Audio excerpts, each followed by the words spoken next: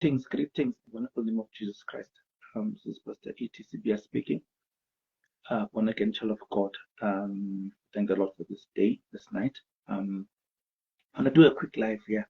Hopefully, might not be quick. Be lying. No, it won't be quick. I want to talk about the so-called Melchizedek tithing, the Abrahamic tithing. All right. Before we start, a few pointers, ne? All right. I'm doing this because it's the right thing to do. I know with this video there's a lot of persecution that's gonna come, but I really don't mind because we cannot be silent while the body is being merchandised, the body of Christ. That is, we need to rise up and speak the truth without fear of any man. Myself personally, I'm not loyal to any man. I'm loyal to the word of God more than anything, more than anyone. I am loyal to the word of God.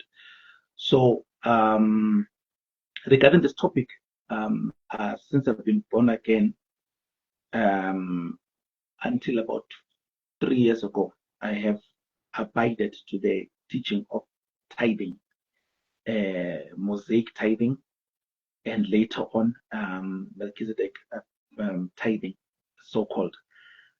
So until I decided to go to the Word of God and have a look myself and study what the scriptures actually say, which is above what any man can say. The scriptures are the ultimate judge. Okay, they are above anything that any man can say, no matter how many years that man has been in the faith. So I understand that this is going to come to persecution, but it's fine. There is no problem. We'll take it as it comes. As children of God, we understand that yes, when it comes to certain topics have been fenced. They are controlled by what I call the church mafia. Certain topics. This is one of the topics where I've seen pastors who or men of God do poor exegesis. It's amazing. Even people that you really trust and believe that these people know the word of God, but when it comes to this topic, it's amazing what is left out. It is amazing what is ignored. You wonder if it's done deliberately or it's done ignorantly. You wonder sometimes. This is one of the topics that people have regurgitated what they've been taught without going to the scriptures. I'm a firm believer of that. And yeah, let me say this as I continue. I make this video having been on the receiving side of the tithe. If I did believe in any form of tithing, I would be the recipient of tithe. So I'm not doing this as someone who's a rebellion, as some people will say. I know a lot of people have their opinions as to why I'm doing this video, but this is what I believe. This is the truth I will stand for. Having studied the scriptures immensely, having read every book I can find about tithing. And I know I'm not the only one who's been vocal on this issue. I know there are other people who've been vocal on this issue, and then there are other people who've been vocal trying to suppress those who are vocal on this issue. So we will open the scriptures, we'll have a look at the scriptures, and then we will greetings greetings, men of God. So we will look at the scriptures and see what the scriptures have to say, and then we will make a judgment of is there such a thing for as Melchizedek tithing for the church. I know this will cost me a lot of friendships, it will cost me invites, it will cost me persecution. Not, I don't care. I don't care. And I just don't care. The word of God must stand. All right. Okay, we'll talk about Melchizedek Abrahamic tithing. Okay. I will not touch Mosaic tithing. I will not touch Mosaic tithing. I think there's been a lot that has been said concerning Mosaic tithing, and it's quite clear. It's quite clear from the scriptures, Mosaic tithing. Whoever is still taking those who are advocates for the collection of tithe, and you are collecting tithes via Mosaic, you have a few problems you will encounter, which you'll have to worm your way around in order to continue to extort money from people using the Mosaic tithe. Number one is that in the New Testament, okay, no one is a Levite priest, okay, because you're a Levite priest by birth, and none of us Gentiles are Levite priests, okay. That's the first hurdle you're gonna have to go over. No one is a Levitical priest, so no Gentile in any office, in any office of the fivefold is a Levitical priest, because you're a Levitical priest by birth, okay. So you have to get over that hurdle. Number two, you'll have to get over the hurdle that the tithe was never money. Money appears in the Bible from Genesis 17, if I'm not mistaken. Let me correct that. Let me go to my interlinear quickly in my other phone here. Forgive me if my lighting's a bit bad here. Yes, money appears in the Bible for the first time in Genesis chapter 17. Yeah, appears for the first time. So from Genesis 17 moving onwards, money is mentioned in the Bible. But when it comes to money, the Bible never commands people to offer tithes of money. There is no such thing as a monetary tithe. So if you're gonna take monetary tithe, you're gonna have to first explain to the body of Christ. That is if you are sincere concerning the subject. If you are sincere, when did tithe change from being livestock, from being agricultural products to being money? You're gonna have to prove that, okay? Was when tithe was introduced to Israel, the tithe under Mosaic law, money was already in existence. So it can't be now in our time that now bringing agricultural products from our gardens, livestock, is now an inconvenience, when it was not an inconvenience, when it was not an inconvenience at the time when tithe was introduced. Money existed, but God never commanded money to be given to the Levites, to the poor, to the widow, to the stranger. Okay, so these are the many hurdles you are gonna have to go through. Even the fact that when Jesus Christ spoke of tithe, he never spoke of this money. He said, "Ye tithe of mint and cumin, tithe of mint and cumin." So even Jesus Christ, in his reference of tithe, when he was correcting the Pharisees, he didn't say you tithe of money, because money has never been a tithe. If you want to know when money was became a tithe, we can give you that history. But that started with the Catholic Church. Okay, so that's Mosaic tithe. I just touched a few issues there. I'm not here to talk about Mosaic tithe. If you want to coerce people to tithe under Mosaic law, you still have to go back and study and separate. Know that there's moral law, there's civil law, there's ceremonial law, and then explain to people why you are ignoring the whole of the civil law and only bringing in the tithe. Okay, and it's a huge mess. On number 4, the last issue, of course, the case. The case, you if you are gonna put people under Mosaic tithe, then obviously if they don't do it according to the way the Bible instructs, they are under a curse. But then you offer another conflict with where the Bible says in Galatians chapter 3 verse 13, they're redeemed from the curse of the law. So like this man of God said that you are redeemed from the curse of the law, except for the curse of tithing, which is nonsensical, practically put. So that's Mosaic tithe. That's not where I am. That's what I'm concerned about. Even though some pastors still preach that they not having a very poor understanding of the Old Testament and its application, putting people under the tithe. I'm here to talk about Melchizedek Abrahamic tithing. Okay, all right. Okay, I'm gonna address this I'm gonna address this in a certain way, okay, so that it makes sense. All right, I'm gonna address it in a certain way. Today, I don't know how far time will permit us. I could end the live at any moment. Let me say that I could end this live at any moment because of certain obligations that I have, okay? But I'm doing it anyway because I don't know if I have any other time to do it. All right.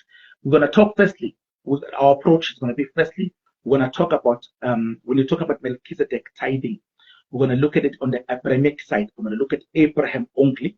And then I'm going to come back and I'm going to look at it from Melchizedek's side, okay? I'm going to look at it from Abrahamic side and Melchizedek's side, okay? We will look at it first in Genesis, and then we will go to the book of Hebrews, and we'll also touch the book of Psalms, okay, 110. All right, I'm not speaking ignorantly here, okay? I've read every book I can find on tithing. I've spent quite a bit of money looking for material, and I've listened to the counter arguments, which I always do before I talk on a topic. So I'm not speaking here from a point of ignorance. Forgive me if what I'm saying, you see, if you're sincere about a topic, you will go and find out all the information you can get about the topic. You will not only listen to what you want to hear. You will go, if you are sincere about the truth, you will go and find out what people have to say. Other people who have gone before you, who have spoken about it, you will listen to them and hear what they have to say. And you will, so that you, at the end of the day, you make up your mind, having heard all sides, okay? Yeah, that's what I love about Christianity. It's not, it doesn't say, it doesn't limit you and say you have to take what somebody says. It says, search the scriptures, okay? And see what the scriptures say. We don't have to take any man's word regarding any topic. All right. So for the last 3 years, I've not when I've been in full-time ministry, I have not taken tithes from anybody. Okay, thank God. I thank God I realized this truth before I started ministry. So I've been studying it more and more because I really wanted to be sure before I started getting vocal, even though I've been vocal here and there. Okay, but now I'm going full out vocal, and I will stand for what I say. All right, let's go to Genesis 14. I'm gonna switch the camera to face the screen of my laptop. Okay, forgive me if my lighting is a bit poor. Here we go. I'm switching. All right. I hope this is clear. All right. If it's not, forgive me. So I've got Genesis open here. Okay. Genesis open. This is Genesis chapter 14. Okay. I've got the King James open. I'm gonna go from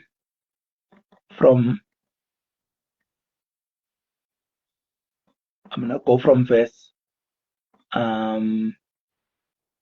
Let's see.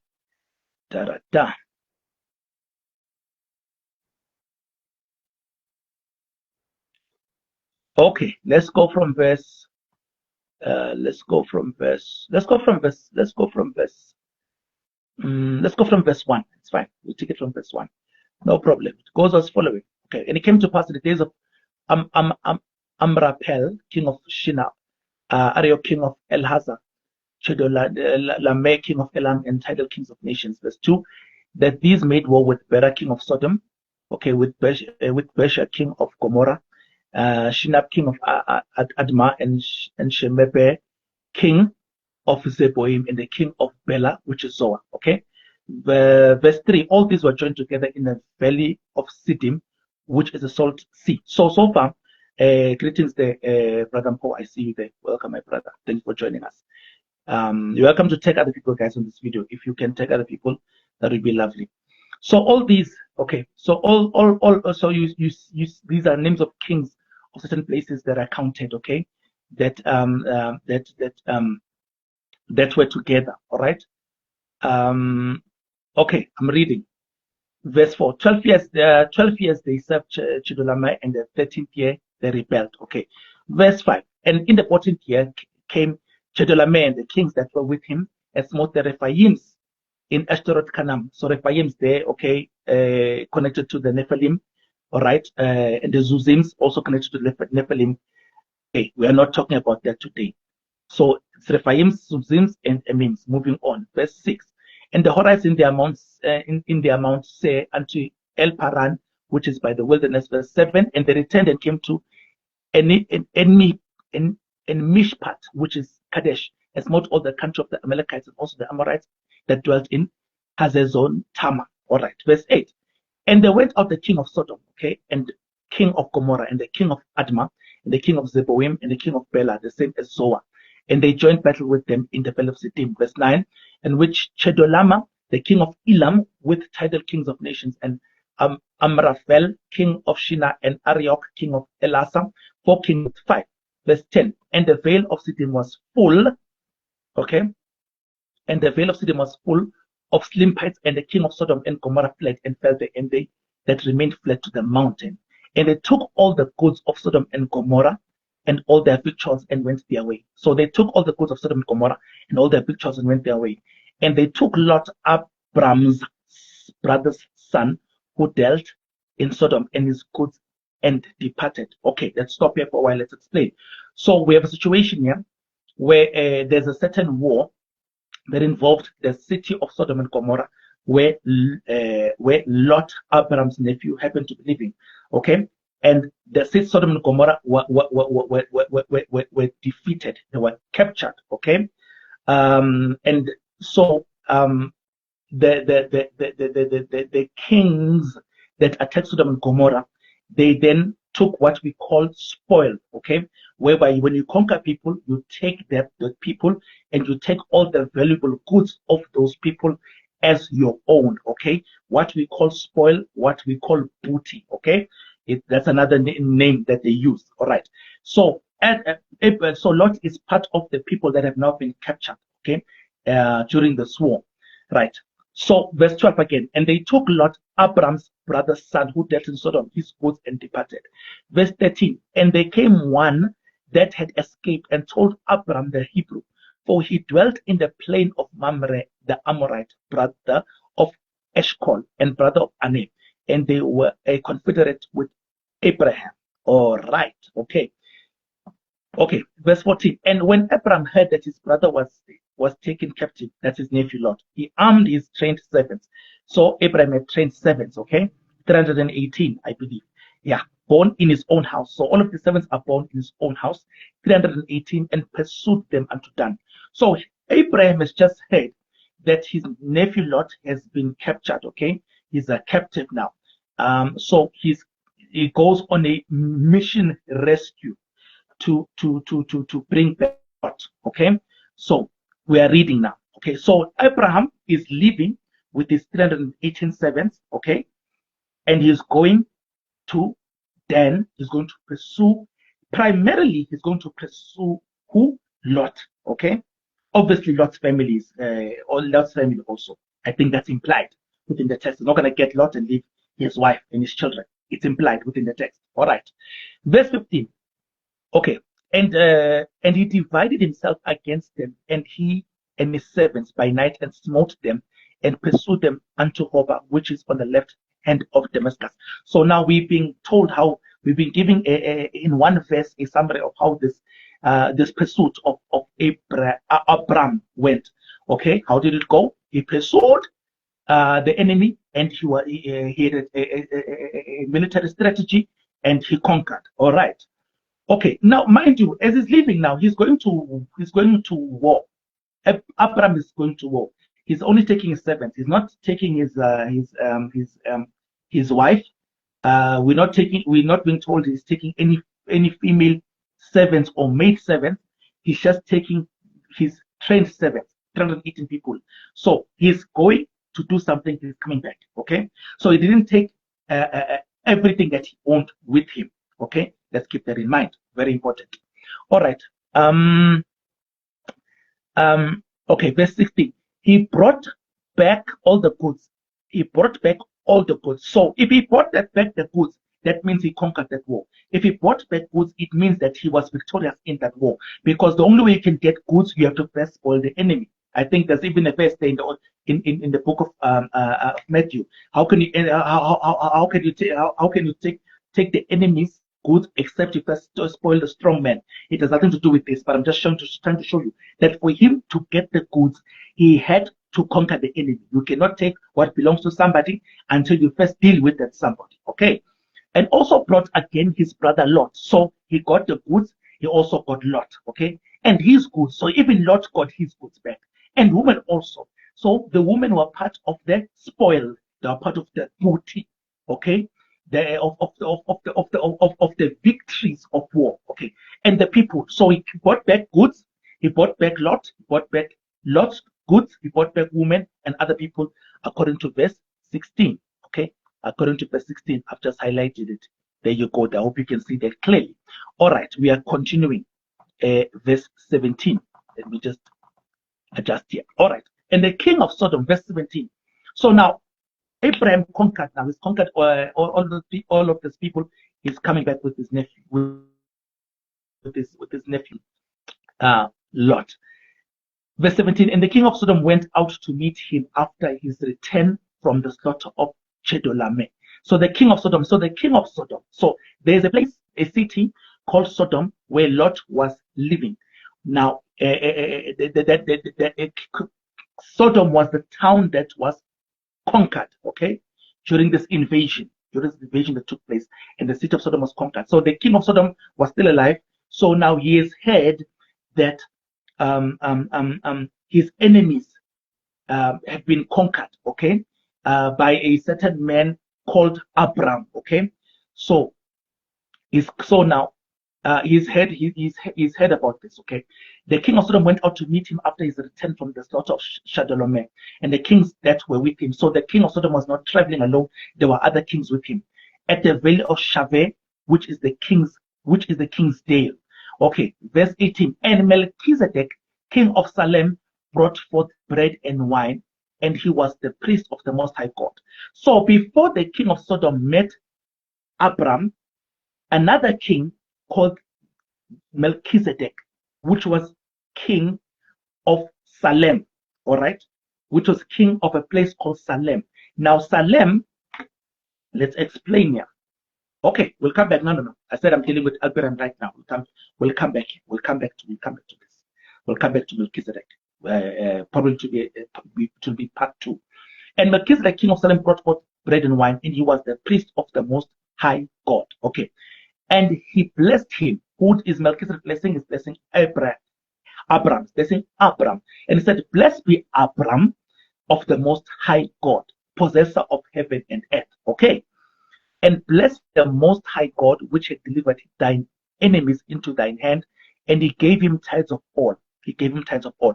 Now, he gave him tithes of all. Okay, who had tithes? Who gave the tithes to who? It is Abram giving tithes of all to Melchizedek. Okay, tithes of all what? Of what? Of what? Of everything Abram had? No. It tithes of what Abraham conquered during his invasion. Okay, what he got when he went to get his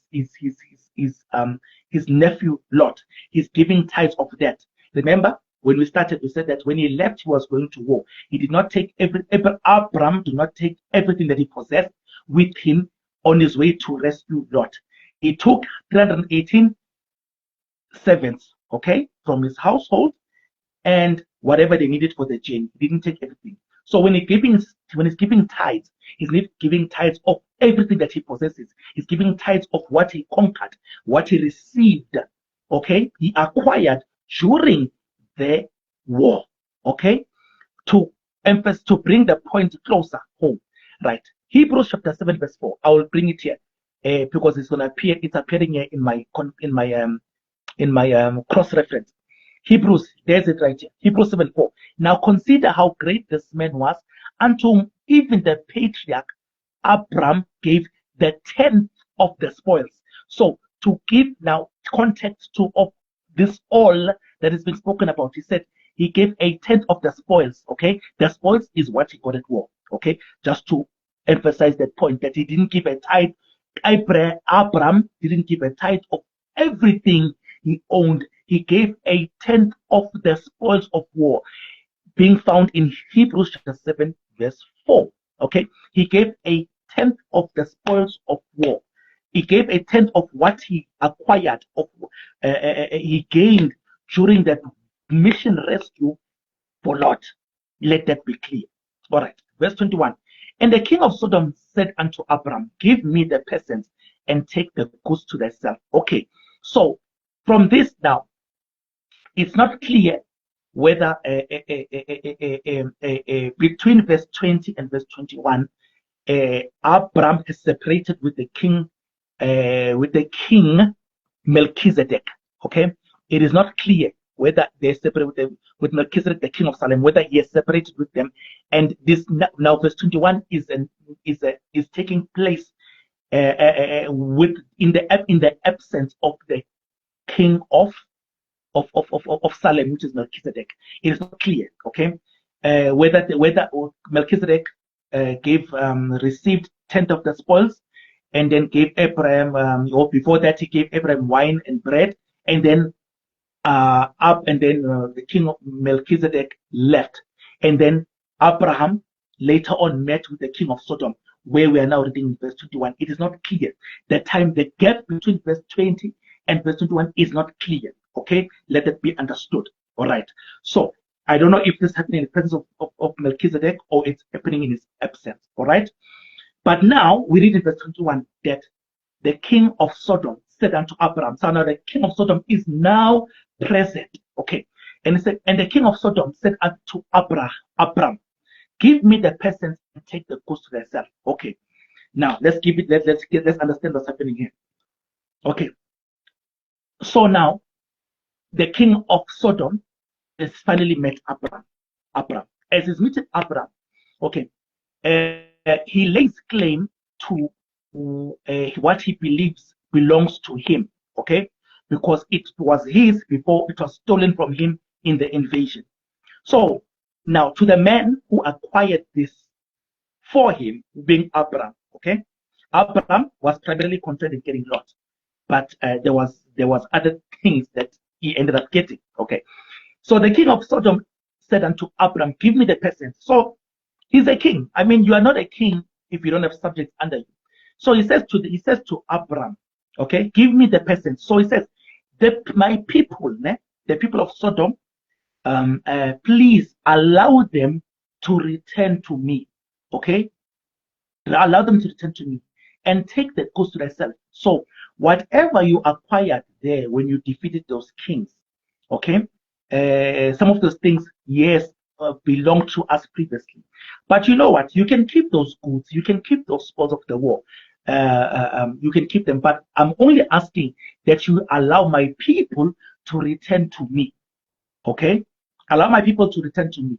All right? And mind you now, at the situation, there's more than the people of Sodom. There's the people of Sodom. There's the people of those nations, of those cities that Abram also conquered. So those people are also part of this now exist. There's the wealth of Sodom. There's the wealth of those cities that Abram conquered. So there's a whole lot more now. And the king of Sodom is asking for his people. All right. That's verse 21. We're moving verse 22. Okay. And Abram said to the king of Sodom, I've lifted up mine hand unto the Lord, the Most High God, the possessor of heaven and earth. Okay? Abraham said to the king of Sodom, I have lifted up mine hand unto the Lord, the Most High God, the possessor of heaven and earth. Verse 23, that I will not take from a thread even to a shoe latchet, that I will not take anything that is thine, lest thou shouldest say, I have made Abram rich. Okay, very interesting response from Abram.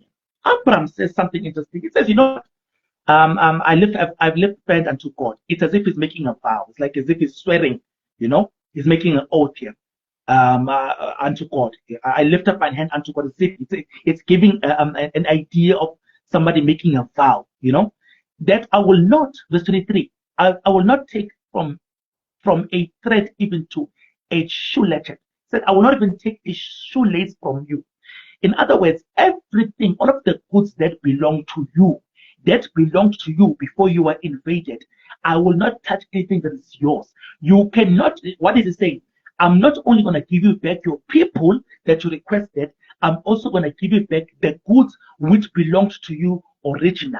Okay? So that you have no bragging rights that, you know what, I made Abraham rich. In other words, for you to, so that you cannot say that, you know what, don't, when you look at Abraham, don't be surprised this man is so rich. No? The reason he's rich is because he has my wealth. So, in order not to give the king of Sodom any bragging rights, Abraham says, I swear to God, I'm not going to take anything, even the slightest thing from you. Everything that belongs to you, take it together with the people that you've requested.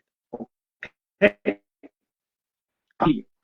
Verse 24, save only that which the young men have eaten and the portion of them. So Abraham also does something very interesting here, very smart. Okay, he says, you know what? Okay, I did not win. I did not conquer this war alone. I had help from my servants, 318 of them, and he counts some of them. He says, you know what? Since these men acquired these things in war, some of these things they have eaten. So there were things to be eaten. There were things to be grabbed there. Okay, there were things to be enjoyed there. So he said, some of the things that belong to you, my men the men that went to me, that assisted me to get the victory, they have consumed some of those things. So those things which have consumed, it's fine. We can't do anything about that. Anyway, they had the right to because they acquired them as spoils of war. But what is remaining, you take everything of it. I'm not going to take anything of yours or keep anything of yours. So I hope that's clear. Okay, that is the whole chapter of Genesis 14, verse 1 to 24. Okay, that is the whole chapter right there. Now, now we have to look at the text and analytically ask some questions and some sober questions. Okay, some sober questions. Question number one. We have to ask. Okay, I'm gonna flip the screen back to me now. I'm flipping the screen back to me, Basalan. Okay, I will get back to the screen just now. When I'm not reading, I rather face me so that you don't get bored. Now we have to ask some sober questions here. Some sober questions regarding what the whole chapter we just read.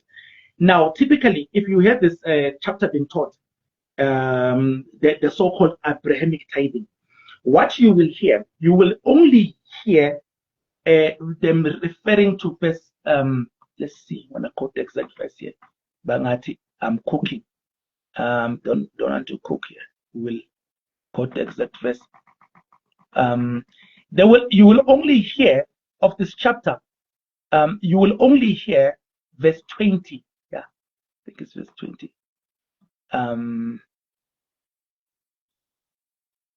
You will hear verse 20. You will hear verse 19, 20, 21, 22. When verse 20. No, I'm lying. No, I'm lying. You will hear verse 9. You will hear You will hear from verse 18 to verse 20. When they are talking, they're doing a teaching on time. You will hear they will only touch verse 18 to 20. They will after verse 20. You are blessed. You are in 1 in a million if you will ever hear them explaining verse 21 going down up to verse 24. So they will only touch verse 18, 19, and 20. Now, there's a problem there because the story is not complete. The story is not complete if you only stop at verse 20. Unless you are trying to push some agenda, you are trying to leave out some information, you are trying to omit something, you know? Okay, let's ask a few questions. Question number one. Did God command Abraham to tithe? And the answer is no. You will not find anywhere in the scripture where God commands Abraham to tithe. There was no voice that spoke that said, Abraham, I want you to give me a tenth. Right. Okay. Number two, did Abraham tithe of his own wealth? Did Abraham tithe of his own wealth? And the answer to that is an absolute no. Abraham did not tithe of his forgive me if I say Abraham when I mean Abraham when I say Abraham when I mean Abraham, forgive me. We know we're talking about this one person here. Okay, please forgive me. Don't be hard on me. Give me some mercy. So Abram did not tithe of his own wealth. What did Abram tithe of then? Abram tithed of the spoils of war. Okay, which means Abram tithed of what was not his originally, but what he acquired as from the victory of the war when he went to rescue Lot. I think that's clear in the Bible. There's no arguments there. Okay, there's no arguments there. Okay. Also, to note, Abraham already had wealth before the war. You understand? He already had wealth before the war. Before Lot got abducted, before there was a need to go and rescue Lot, Abraham already was rich. You find that in, let's go back. I'm flipping again. I'm flipping, going back here. All right, we are going back one chapter. Chapter 13. Chapter 13. All right, verse 1. Chapter 13, verse 1. I'm going to highlight verse 1 and 2. Let me just put it so that it's easy for you to see. There we go. It says, and Abraham went up to Egypt, he and his wife, and all that he had. So before he even went to Egypt, he already had some things, né? And Lot with him into the south, okay? And Abraham was very rich, not rich, very rich, in cattle, number 1, in silver, number 2, and in gold, okay? Now, this is Genesis chapter 13. It says that Abraham was rich. I'm turning back the screen to me. So Abraham was rich. So Genesis 13, Abraham was rich. He already had cattle, silver, and gold. We just saw that now in the scriptures. So is that what Abraham gave a tithe of? And the answer is no. The Bible is clear. We saw it in Genesis 14. We saw it in Hebrews chapter 7, verse 4. It says that he gave a tenth, a tithe of the spoils of war, of what he acquired in the war. So the question is, we have to ask ourselves, we can't ignore it unless we are trying to push an agenda here, unless we're trying to keep something here. Why didn't Abraham give a tithe of his own possessions before the war? Let's say there was no war. Would Abraham have given a tithe of what he possessed as his own, of his own sweat? We have to ask that question, Pastor. We cannot, unless you want to play games. If you want to play games, then you can ignore it. Why didn't Abraham give a tithe of what he did, what he possessed, he owned as his own? If there was no war, would he have given a tithe? Okay, to show now that it was Abraham's initial idea, sentiment, desire to tithe. How is it that after this war of this invasion of this rescue mission of fetching Lot, we don't see Abraham making the initiative to tithe of what he possesses now? Because even after that, he had things he possessed before that, he had things he possessed after that war. How come now, to show the sincerity that it is really his desire to tithe of what is his own, why don't we see him tithing after the war? We don't see him tithing. We don't see him tithing. We really don't see him tithing. If you know something, you've seen something in Genesis, you can let me know. But I've not.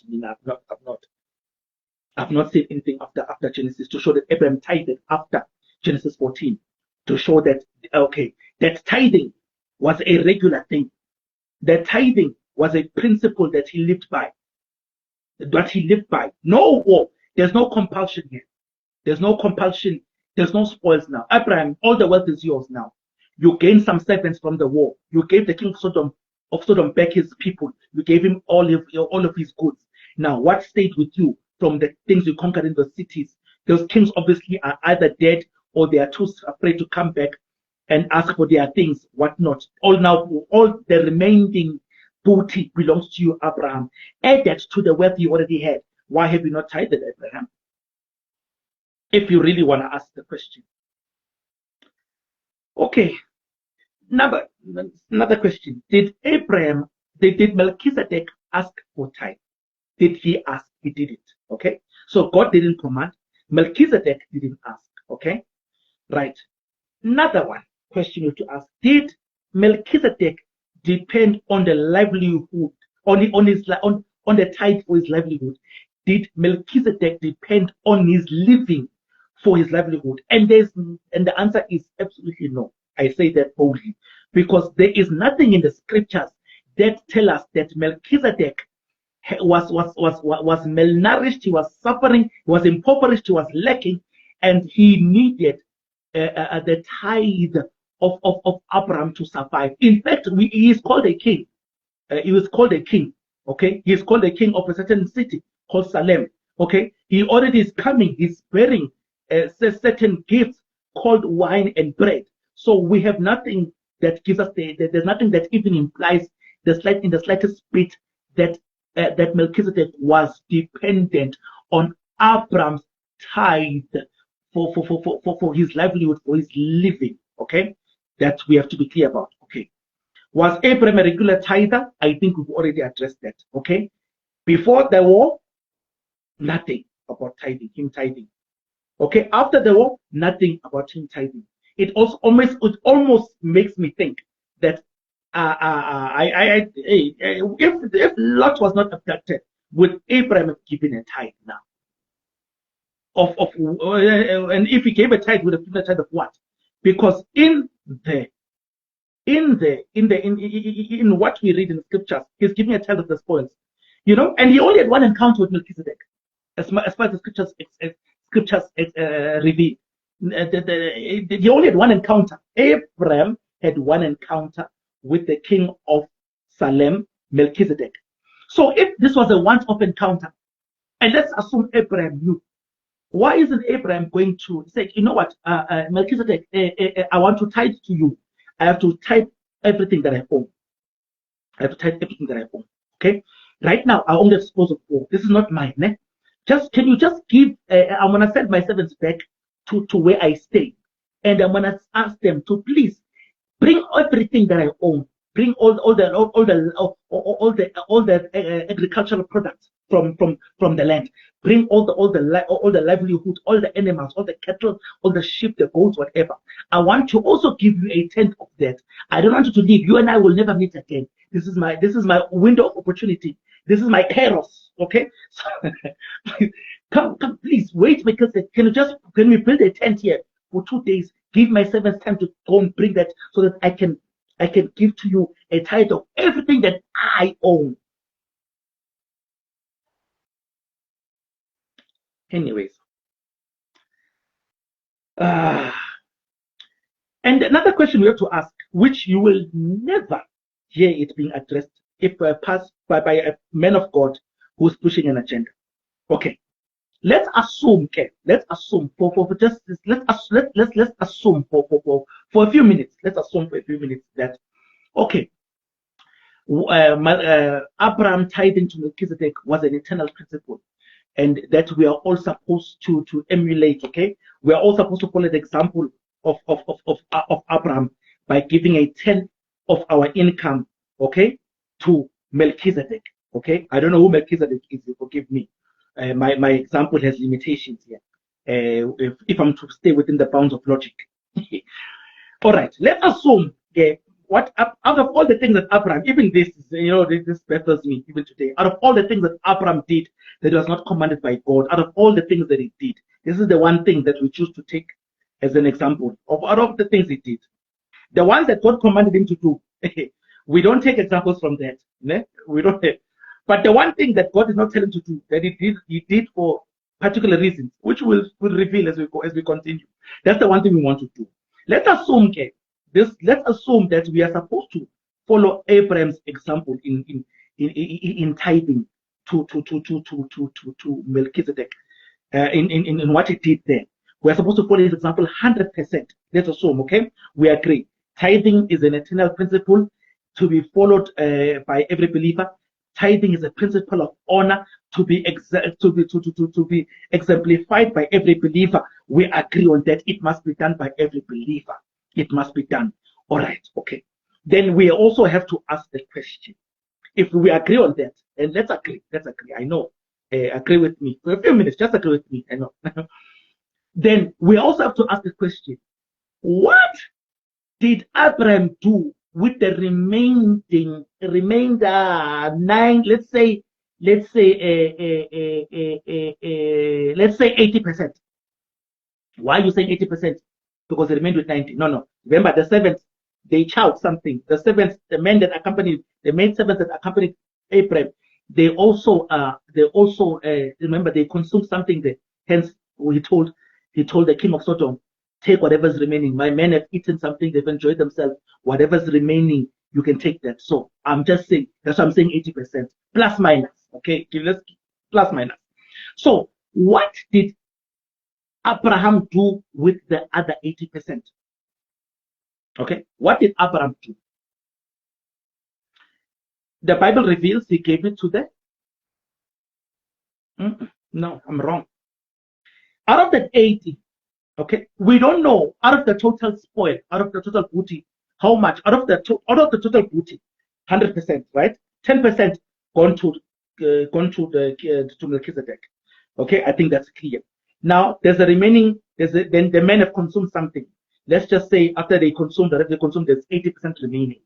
Out of the 80% that is remaining, 80%, we don't know. If the Bible is not clear, if he gave everything to the king of Sodom, if he gave everything, which if it would be everything, it would include the people of Sodom, the goods of Sodom, and the goods of the city where he's just conquered. We don't know. The Bible doesn't reveal if he gave the king of Sodom everything completely, or he gave him only what was pertaining to him. That needs to be clear. That needs to be clear. Because what Abraham had now is more than what was in Sodom. Yet the people of Sodom, the goods of Sodom, and also the goods and the people of the cities that he conquered. Okay? So with that needs to be very clear. So we don't know if he gave. Okay, let's assume you say I'm wrong. Let's say he gave him 80%. Let's say you have to believe that Abraham gave the king of Sodom 80% of the spoils that were left. Okay, so he gave him 80%. All right. Now the king of Sodom. In my studies researching this topic, and I had one man of God say that the king of Sodom is a type of Satan. He said the king of Sodom is a type of Satan. Okay, so then he said that Melchizedek is a type of Christ. Okay, it's a Christophany. Okay, Christ appearing. You know, for a short moment, taking on flesh to accomplish a certain purpose. Okay, he said that so Melchizedek is a type of Christ, and then he said that king of Sodom is a type of Satan. Okay, typology there. All right. Okay, let's assume that's true. The king of Sodom is a type. King of Sodom is a type of Satan. Okay. Let's assume that's true. I'm not saying it is. We are just playing here. We are just, we're looking at things. We are analyzing here, so that we get to the truth. The question then would be, okay, if I am to exemplify Abraham 100%, and I give 10% of my tithe to Melchizedek, which is the type of Jesus, okay, then the 90, since Abraham is the 80, let's say 80, yeah, the 80. Am I supposed to take the 80 and give it all to the king of Sodom? Am I supposed to take the 80% and give it to the king to the king of Sodom, which be a type of Satan? Am I, as a believer in the New Testament, am I supposed to do the same? That's the question you have to ask here. What's the practicality? How does this play out in today, in modern day terms, in real time, right now? That 80% of 80%, okay? And like I said, within my examples, I have to stay within the bounds of logic. I have to give 10% of my income to Melchizedek, and I have to give 80%, 80% to King of Sodom, and the other 10%, my maid servants. Okay, so my maid servants are taking 10%. I don't know who they are, and I have to give 80% to the King of Sodom. Mine is a salary. Abraham's was spoils of war. He went to war, and a real war. It was not This war was not it's not a type of war. It's not a figurative war. There was blood being shed here. Okay, mean I'm making a job now. I'm not shedding blood. I'm going. I have a job. I applied with a CV. I got a job. I have a responsibility, a duty. I fulfill. I get paid. How does Abraham going to war where he could have lost his life, he could have been defeated, and he himself become a slave? How does that equate to me, a believer, to me going to work, coming back every day, didn't have to kill anybody to get that money. I didn't come back with any slaves, with maidservants. I didn't come back with any spoils of war. How does that equate to being the same thing? How does that equate to being the same thing? We have to ask that question. We have to ask that question if you're going to be sincere and truthful regarding the topic. You say you will avoid these things if you are trying to push an agenda. If you will only avoid these questions if you are trying to push an agenda, you want to take people to a certain direction. And I promise you, you will not open up for questions because you will, especially if you have people who are allowed to ask freely in a congregation and who read their Bible, who know how to rightly divide the word of God. You will not open up for questions regarding just this, what I've just mentioned now. Because now, Abraham gave 10. I'm not going to repeat it again. I think I've repeated it several times. We get it. So I cannot fathom how those two things are the same thing. A man going to war, killing people, coming back with people, some which became his slaves, coming back with gold, with silver, with livestock and whatnot, and then he gives 10% of that to another man. I will say another man. Forgive me. They will call Melchizedek a man for now. To another man, 10% of the people that helped him in the war consumed some of 318 of those who helped him. They consumed some of it, and then whatever 80% he gave back. Some of it to the king of Sodom, or he gave all of it. We don't know. And then how does that equal? And this only happened once. This only happened once. Never again to happen. How does this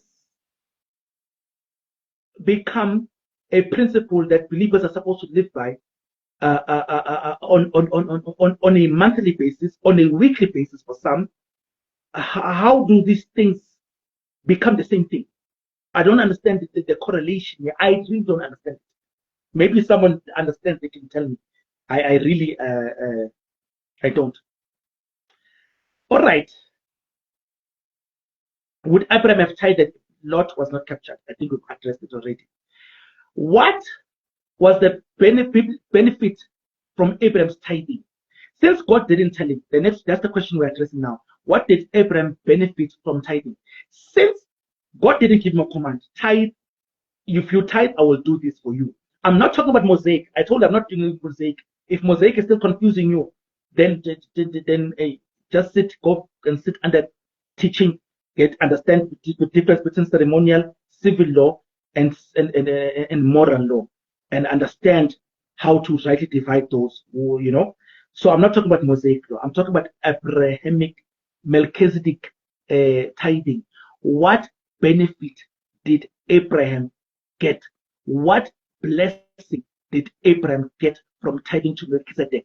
Do we read afterwards that Abraham became more blessed because he tithed to Melchizedek? Abraham became more protected because he tithed to Melchizedek. Do we read anything? And I'm deliberately asking this. What was the benefit according to the scriptures, not according to any book? Because if we go according to the books of men, because I know there's a certain book written by a man of God overseas that people have read. I have that book also. I have that book also that says that Abraham gained certain benefits after tithing. Yeah, normally I'll say the book. The book by Francis Myers. That's the book that men of God have read. Yeah, if you've read the book and you know somebody, somebody who's read the book. And they are quoting this from this. It's not in the scripture, but I know where you got it from because I own the book that you read. Now, the problem is you should say when something is not from the scriptures. when we have got it from another man of God, when it's extra biblical revelation. But according to the scriptures, there is nothing that Abraham gained from tithing to Melchizedek. Okay, the wine and the bread, we have given that before. Let's go back. I'm switching the screen. Let's go back. I'm switching. Let's go back. Let's go back. Genesis 14. All right. Let's go back there. And Melchizedek, king of Salem, brought forth bread and wine, and he was the priest of Most High God, and he blessed him. Okay, I'm reading there. He blessed him. So he blessed who? He blessed Abraham. Okay, and said, "Bless priest." So his blessing him is by what? Give him the bread and the wine. Now we can talk. The bread and the wine is symbolic of the Holy Spirit. It's symbolic of the Word of God. You can spiritualize it on all of these things. Fair and well. Okay, but I just think it was bread and wine, just plain old simple bread. Wine, it was just plain old. That's my interpretation of it. Okay, you can spiritualize it now. Anyway, he got it before he gave the tithe. So the bread and wine was not a payment for the tithe. It was not a blessing because the tithe was it. Abraham had not given the tithe. He had not given the tithe. He had not given the tithe. Okay? The tithe is only given by Abraham in verse 20. So let that be clear also. Let that be clear. Let that be clear. All right. We continue, Basaran. Okay. So Abraham didn't become rich because of the tithe. That is very clear. He was already rich in cattle and so forth. Okay. Now also there's also a few things we need to understand here. Now, there was a time where Israel went to war. Okay. You will find it in Numbers chapter 31. Numbers chapter 31, where Israel went to war. Now, when Israel is going to war, let me turn it around here. When Israel is going to war in Numbers chapter 31, when Israel is going to war, they conquered another nation. You can check it out, read Numbers 31. Okay.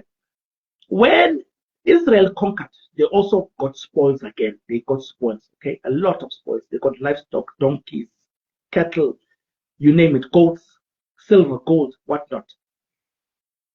Maybe let's open there. Let's open this so you see it. Numbers 31. Let's go there. Numbers 31. I want to show you something here. This is very interesting because this is the only other time you see spoils being divided. You see spoils being divided. There were other times, but there's something special about this one. I need to Melchizedek was a priest. Melchizedek was a priest. So since Melchizedek is a priest, the reason I'm bringing this up is because there's also, when the spoils are divided here, there's also the issue of the priest also receiving a certain percentage, okay, of the spoils. What I want us to compare is whether what Melchizedek the priest received in Genesis 14 is the same thing that the priest under Mosaic law will receive from the things of the spoils of war. Okay? Whether it's the same. What am I trying to say here? I'm trying to say, what's the point? If what Abraham did was an eternal principle, that the priest must receive 10%, was an eternal principle to be exercised. Okay? If what happened with Abraham giving 10% to Melchizedek was an eternal principle to be exercised, then here was another opportunity for the same principle to be applied. Okay? Whereby now Abraham got some spoils of war, and when they got the spoils of war, there's priests now. What they applied here was not the same thing that was applied with Abraham. Okay? And the difference now here is God actually gave them the command of how to divide the spoils. With Abraham, there's no command from God telling Abraham, this is how you divide the spoils. There's no voice. Thus spoke the voice of the Lord and said, Abraham, you will give 10% of the spoils to Melchizedek. You will give 80% of the spoils to the king of Sodom or whatnot. There was no voice that spoke to Abraham in Genesis 14. Where we're going to read now, God is going to give a command, okay, of how the spoils are to be divided. And the priest will also get a portion. So what I want us to see is, did they get 10% like the priest Melchizedek got, or did they get another percent? And if so, why the difference? Why the difference? We are going. All right. Number 31. Number 31. Let's go.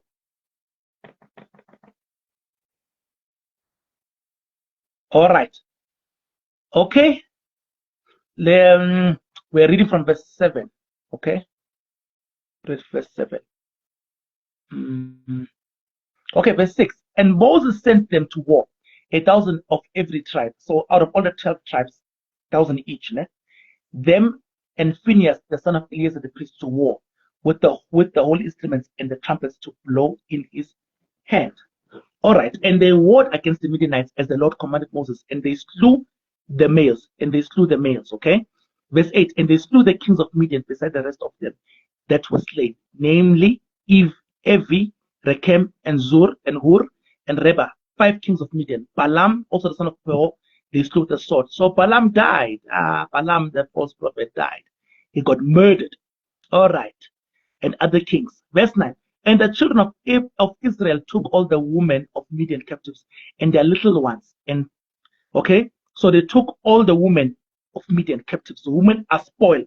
So part of the booty, you find women, number one, and the little ones. So the children, they are part of the booty, they were not killed. Okay, and they took the spoil of all their cattle. So they took all the cattle, all their flocks, all their goods. Verse 10.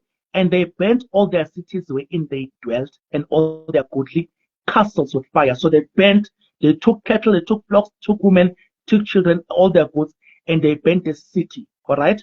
And they took all the spoil and all the prey, both of men and of beasts. Okay. All right. Okay. I'm gonna do something here now, for the sake to make things a bit easy for us. Okay. Even for myself, I'm gonna switch the version here. So we're gonna make the English a bit easier for us. I'm gonna move from King James. I'm gonna go to Bible in Basic English. I'm going to BBE. Ne? Okay, I'm now in BBE. And after burning all the towns and all their 10 circles, they went away with the goods they had taken, men and beasts. Okay, right? We know the men, children, and women. The beast, it already explained. Verse 12. And the prisoners and the goods and everything they're taken, they took to Moses and Eleazar the priest and the people of Israel to 10 circles in the lowlands of Moab by the Jordan of Jericho. So they've got the spoils now. They're coming back from the war, okay, and they're coming to present everything that they acquired, all the whole booty, all the spoils, everything. They are bringing it to Moses and Eleazar the priest, okay, to present it. All right, verse 13. Then Moses and Eleazar the priest and the chiefs of the people went out to them before they had come into the 10th circle. Okay? All right? And verse 14. And Moses was angry with the chiefs of the army, the captains of thousands and the captains of hundreds who had come back from the war. And Moses said to them, why have you kept all the women safe? Okay? Why have you kept all the women safe? Okay? Okay. So he's angry because probably there was an instruction that the women should also be killed. Now, and the reason to this, if there's whenever this happened, you must know that those were not purely human. Okay, there was a mixture. There was a genetic mix of human and something else here. That was the only time God commanded the Canaanites to be killed. You need to know that information is important. Although that's not what we're talking about right now. In case that was a stumbling block for you, whenever God commanded Canaanites to be killed, you must know that those people, those Canaanites, were not purely human. There was a genetic, what's the word? Manipulation that had taken place there. Okay, I don't want to get too much into that right now. Okay, but I just wanted to touch that as we move along. Verse 16. It was these who, moved by Balaam, were the cause of Israel's sin against the Lord in the question of Peor. Okay, that's Baal. Okay, which because of which disease came on the people of Israel. So they're speaking about Numbers 23, okay? If you understand. Verse 17, so now put every male child to death and every woman who has had sex relations with a man. There's a reason for that also. It's connected to what I said just now. All right, okay. Verse 18, but all the female children who have had no sex relations with men, you may keep for yourselves, okay? All right, verse 19, you yourselves will okay, and to keep, it's not in a perverted way. Remember, when you're reading this, you have to go back and read and know the law, what was the laws concerning strangers and foreigners. Okay, so when you understand that, you will understand that this was not said this was said in good faith. It does not meant they're not becoming sex slaves or anything, blah blah blah. They're not to be abused, wada, and all these things. If you go to Deuteronomy, you will understand the laws that were given concerning how foreigners were to be treated and so forth. Okay, so this was not slavery as we know it. It's not the Atlantic trade. It's not just things like that as people would falsely have us to believe. So keep that in mind. We're not there. I'm just touching and moving. Verse 19.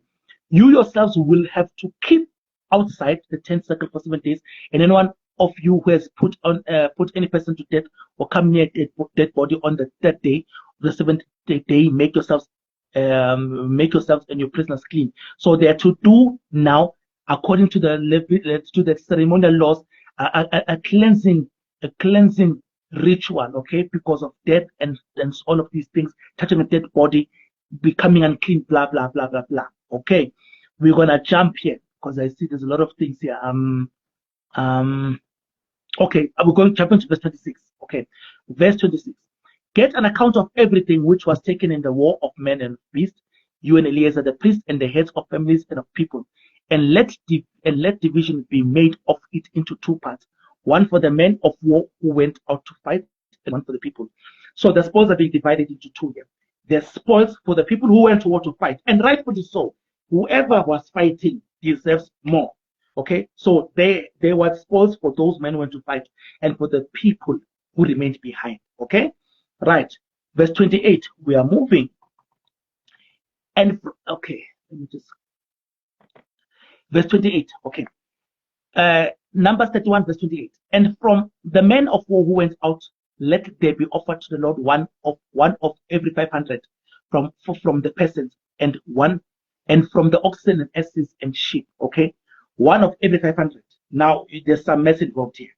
Okay, take this from their part and give to Eleazar the priest as an offering to be lifted to the Lord. So part of the spoils is going to go to the Lord as an offering. Okay, a certain portion. Verse 30. And from the part given to the children of Israel, take out of every 50 from the peasants. Take one out of every 50. So there's one of every 50. Whatever you're counting oxen, you're counting donkeys, sheep. One of every 50. Put aside for the people. One of every 50. For the men, one of every 500. That's how he said. And verse 30. I'm going to highlight verse 30 here. Very important. He says, and from the part given to the children of Israel, take one out of every 50 from the peasants, and from the oxen and asses, which is donkeys and sheep, and give it to the Levites who have the care of the house of the Lord. Okay. So verse 31. So Eleazar when Moses did as the Lord had given orders to Moses. So the Lord is giving the orders here. It's not coming from Moses' mind. The Lord is giving orders here. Verse 32. Now the beasts taken in addition to what the fighting men took for themselves were 675,000 sheep. Okay, the total number, and 72,000 oxen, and 72,000 donkeys. Okay, 35 and 32,000 persons, that is women, who had never had sex relations with a man. Okay, those were the virgins, and half given as their part to the men who went to the war. It was 337,500 sheep. And it gives you the maths, blah, blah, blah. And you count it. Right. Now, what you will find here, if you do this maths, I'm not going to bother you with the maths. But if you do this maths, you will find that the Levites, coming back to me, the Levites, Bazalwan, when you do the maths there, of how this was supposed to be divided as spoils then. The Levites got less than 1% of the spoils of the war. This war, that was the men that went to war received, right, their portion, just as the war of Abraham with the kings, the men received their portion. Okay, the Lord took his. Okay, the priest took 1%. Majority went to the people. Okay, so the same principle that was applied with Abraham was not applied here. It was not applied here. 10% must go to the priest. It was not applied here. It was not applied here. So if it was an eternal principle that the priest must get 10% of the spoils of war, why was it applied only to Abraham? But when it got here, when it came here to the war with the Midianites, this in Numbers 31, we welcome you, brother Craig. Thank you, my brother, for joining us. Brother Msheng, also welcome. I see you guys. Sister Londiwe, thank you for joining us there.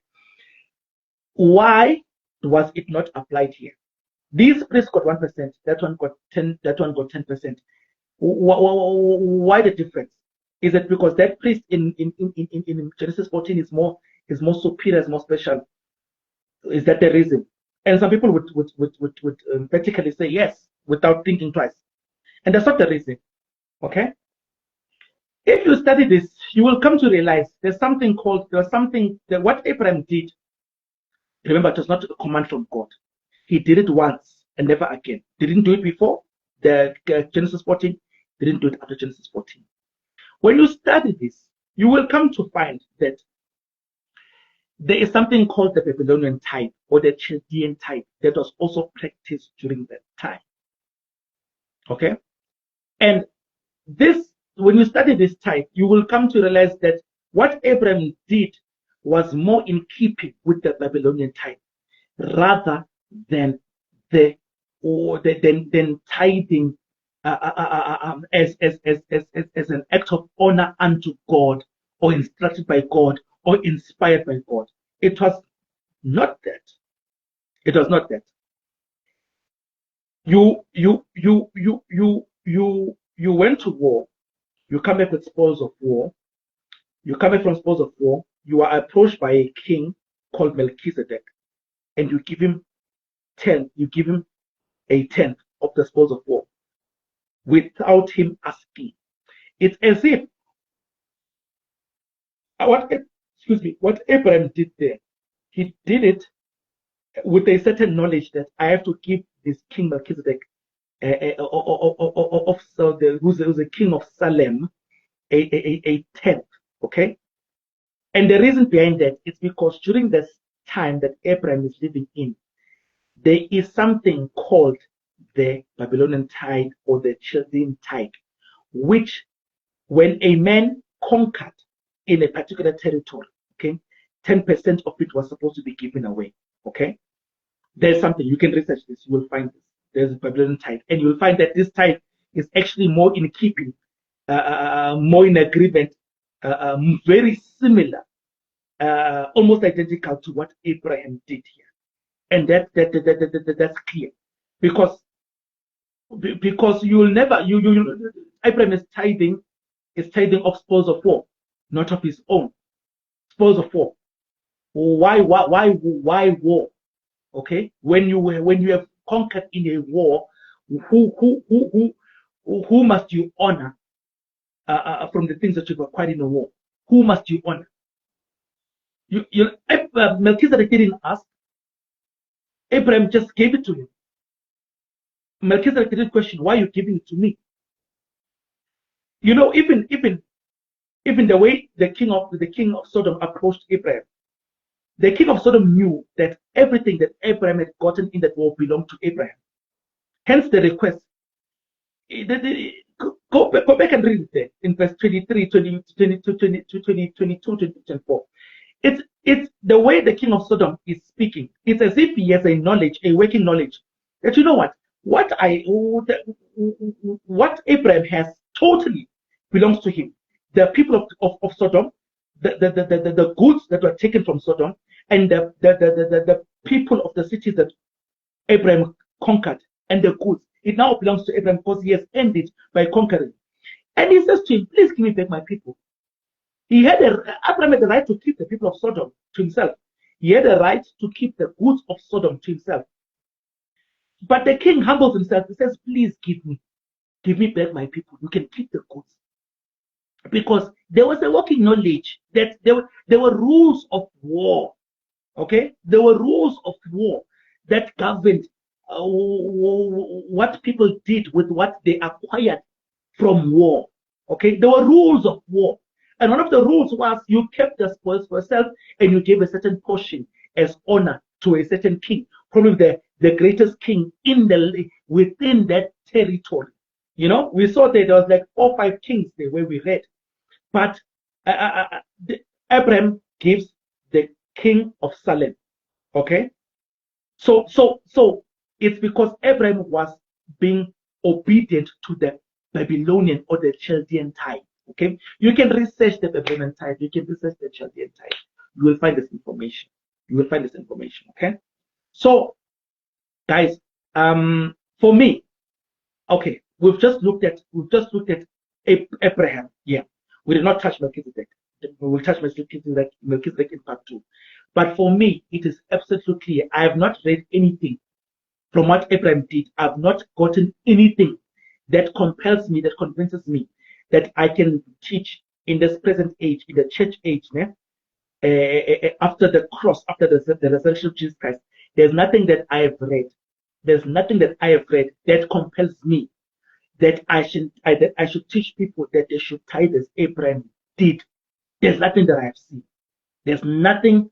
Having analyzed everything that Abraham did, analyzed his wealth before the war, after the war, there's nothing that compels me to say that I can teach believers to follow the example of Abraham in tithing. I don't have a war to keep believers. There are no spoils of war to keep believers. I don't have a king of Sodom. Okay, I don't have a Melchizedek. Okay, and we haven't gotten to who Melchizedek is. We'll get into that. Who is Melchizedek? But so far, just looking at Abraham alone, I have not seen anything that I can sincerely, confidently, boldly, as a teacher of the word, say, believers must tithe. If you don't tithe, you are not emulating the faith of Abraham. You're not walking in the steps of the faith of Abraham. The faith of Abraham was related to God's instruction concerning Isaac. Okay, it had nothing to do with the tithe. God's blessing to Abraham had nothing to do with his encounter with Melchizedek. There was no benefit at all to Abraham from tithing to Melchizedek. There was no benefit at all. So how do I now take this and make it a teaching that believers are expected to tithe as Abraham did? By what? By what we've read in Genesis 14? What gives you? Look, okay, Melchizedek is Jesus. Let's assume Melchizedek is Jesus. Okay, I'm not even looking at Melchizedek. We're just assuming for now, for your sake. Okay, I'm not saying he is Jesus. Okay, I'm not saying that, but I'm saying looking at Abraham alone, is there anything that you've read concerning Abraham? The questions we've asked, we've analytically looked at Abraham, everything that Abraham did. Okay, no command from God. Did it only once. Did it at the spoils of war. Took 80%. Gave some of it back to the king of Sodom. Who's my king of Sodom? Am I supposed to find who's my king of Sodom? Figuratively or literally, who's my king of Sodom that I'm supposed to take a tithe and give to? How does this work? Okay, so what's my war where I'm killing people? Who are my? How do you apply this? How do you apply this? How do you obligate believers to this? How do we apply this? Okay, you know, even if you go into Mosaic tithe. Okay, they were planting. We can plant. They grow. We can grow. Okay, we are giving the same thing here. You forget you. I know you are tithing money, but the Mosaic they were not giving money. Tithe was never money, never has been, never will be. It only started becoming money AD 1750 in the Catholic, with the start of the Catholic Church. That's when it was never money. Tithing has never been money. When Jesus explains it, he says you give tithe of mint and cumin. He never said you give tithe of money. Tithing has never been money. Okay? And money was already in existence. From Genesis 17, money was already in existence. But God never ever commanded tithing to be money. It was always livestock. It was always livestock. It was always vegetables, whatever came from the land and whatever lived from the land. It was never money. It was never money. So why are we tithing money? We can also plant this, like the way they planted. Yeah? It was never money. It was never money. It was never money. It was never money. Abraham didn't tithe money. Abraham didn't tithe vegetables. Abraham didn't tithe. Then but he gave livestock from the spoils of war. What's my spoil of war? You can't ignore this question. You can't ignore these things unless you are trying to push an agenda. Unless you are trying to deliberately deceive people into giving you money, okay, by twisting scriptures. Come on, guys, come on. You really. That's why you'll find that they only read Genesis 18 to 20. They won't read Genesis 21, 22, 23, 24. They will not, because then now you have to also question how. And the remainder, and when I'm told what I must tithe 10%, then I keep 90%, and God blesses the 90%. But Abraham didn't do that. Abraham of the 90, the maid servants that he took with him, they consumed some of it. Let's say 10%. He's left with 80. The king of Sodom took a certain percentage. He took the people of Sodom and the goods of Sodom. We don't know what percentage that comprised of the total 80% that remained, plus minus 80% that remained with Abraham. So how do we apply that? How do we apply that? How do we apply that? Oh, Bazalwane, you really have to ignore these things and then to try and make this teaching work, guys. And it's not there. It's not there. It's not there.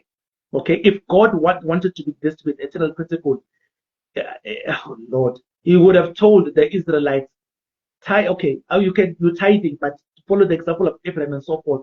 But we know that even those two, they differ completely. They differ completely. Abraham is not. In Abraham, there's no land issue. There's no one who must be provided for. There's no one who's lacking. There's no one who's dependent on his tithe for their livelihood. There's no curse. There's no blessing. He gave us also the tithe of the spoils of war, not of what he owned. So not of what he's. Come on, guys. So we are done here. We are done. Okay, or maybe we're not. Let's look at then there's some people will come with the argument of the tithe of Jacob. They say Jacob tithed. I used to teach that also.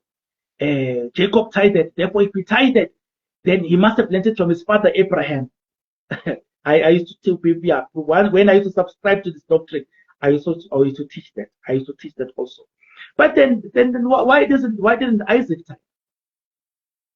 Was Isaac any less blessed because he didn't tithe? Because we don't see him tithing. And by the way, we also don't see Jacob tithing. We see Jacob making a vow to God, making a deal with God that if you will bless me, I will give you 10% of everything you bless me with. But we don't actually see him doing it. Okay? Again, looking at the Jacob tithe, at the so-called Jacob tithe. Okay? Again, it was not a command from God. God did not initiate Jacob. There was no voice from heaven. Jacob, I want you to give me 10% of everything that you have. Okay? It was Jacob who made a vow to God. Okay? There's nothing that tells us that God was pleased with what Jacob did. Right? There's no record of Jacob fulfilling the vow. You can go read in Genesis chapter 12, Genesis 28, verse 12 to 15. You can go and read it. Genesis chapter 28, verse 12 to 15. There's no record of Jacob fulfilling the vow. And anyway, this is Jacob we're talking about. This is Jacob we're talking about. The man, the two-timer. This is Jacob we're talking about. The man who didn't have the best of characters. He makes a vow to God. I don't even know if he's making the vow from a right place. But we don't see him fulfilling the vow. We don't see him keeping the vow, keeping the vow. Okay. And he didn't tithe so that God would bless him. He said that he promised God a tithe if God would first take care of him. Okay. Jacob was already blessed before he even made his vow to God. Okay. Jacob was already blessed. He was already blessed. Let's go to the scriptures. Let's go to the scriptures. Let's go to Genesis. Let me open here. I'm turning it around. There we go. Genesis. The 28. Where's 28? We're looking at verse 3 to 4. Okay, it reads as following. And may God, the ruler of all, give you blessing, give you fruit and increase, so that you may become an army of apostles of peoples. And may God give you blessing, the blessing of Abraham to you and to your seed, so that the land, the land of your wanderings, which God gave Abraham, may be your heritage. So you even see here that this man was already blessed, that blessing had already been decreed upon him. And you notice here also that the blessing of Abraham was not contingent on the tithe. It had nothing to do with the tithe or the tithing. It had nothing to do with Abraham tithing to Melchizedek. The blessing of Abraham had nothing to do with the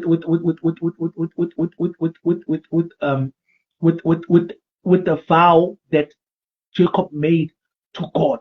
He was already blessed. The blessing had already been passed down to him, decreed upon him in Genesis 28, verse 3 to 4. By the time he is coming to Genesis chapter 12, 15, this man is already blessed. Okay, the blessing has been released. There was no prerequisite condition. You must tithe first before we can release the blessing upon you. Okay, so this thing of you are blessed, you will not be blessed if you don't tithe. There's a problem, Basalan. It's a problem in the scriptures. It's a problem even today when they say it. It's a problem today because we don't see it in the scriptures. It was never applicable in the scriptures. Never applicable in the scriptures. If the blessing upon Jacob was already released. And don't think now, I know when you're reading, there's a tendency to fall into the trap of thinking from verse 2 to verse 12, 15, it's one day. We're talking of a long period. This is a period. And the blessing was released in verse 2 and verse 3. So when he's asking for God to take care of him, making a vow to God that if God takes care of him, he will give him a tenth. That has nothing to do with the blessing.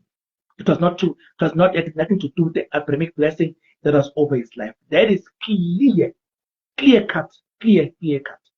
So you have to twist scriptures to make them say what they don't say. You have to read into scriptures what they don't say.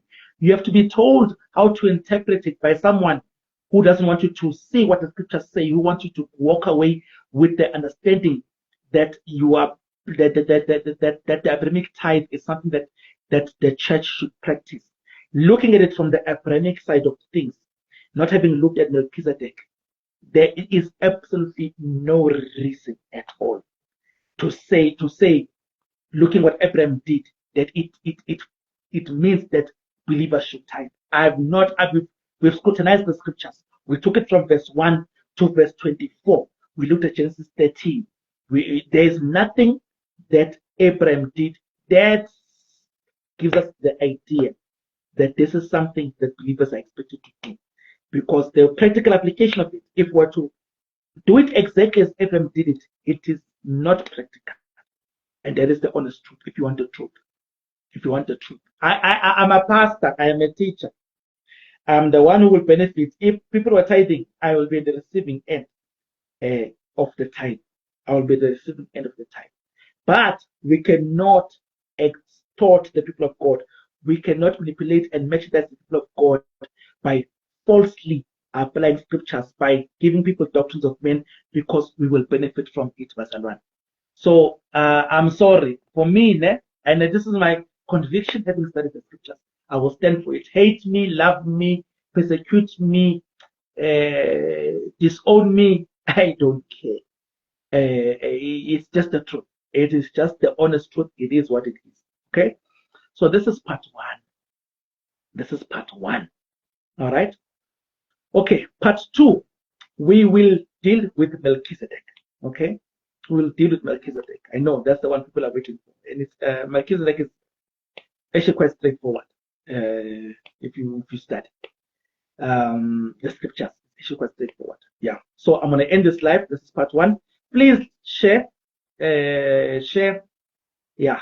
If anybody's gonna come with an argument, keep in mind I only discussed the Abrahamic side of things. I have not discussed Melchizedek in this video. I will do another video dealing with Melchizedek. We will look at Melchizedek again in Genesis 14, and then we'll go to the book of Hebrews. We'll look at Melchizedek, primarily Hebrews chapter 7. We'll go through it verse by verse, and then we will still ask again, from what we are seeing concerning Melchizedek, is there anything that implies that we should tithe? Okay? Yeah. So if you're gonna attack me, you are more than welcome to leave your comments. You are welcome to ask questions. If you're gonna attack me, please attack me in the domain of scripture, coming with scripture, having listened to me completely, and then to understand me. And then you, with what I've said, please come with that, with scripture. And don't come with emotions. Don't come with what your pastor said. Come with scripture, and then we will talk. Okay? Because I'm giving you scripture. When I will talk about Melchizedek, I will give you scripture. We'll analyze scripture. We will go into the lexicon. We will check it out, and we will see what the scriptures say. Yeah, and then you will conclude for yourself. But I would have given you scripture. All right. Thank you so much, guys, for those who join me. Ntate Letlale, ke a leboga ntate. Brother Mpho, ke a leboga. Bulani Koba, thank you so much, my brother, for joining us. Mshengo, siyabonga futhi, siyabonga. Mthembu, Velase, siyabonga. Since you joined us, thank you for everyone who joined us. Thank you for Brother Craig, those who joined, who couldn't stay. Yeah, appreciate you guys. We love you so much. Yeah, God bless you. Have a wonderful night. I will do part 2, God willingly, tomorrow. I will do part 2 tomorrow. Okay? God bless you so much, guys. Have a good night.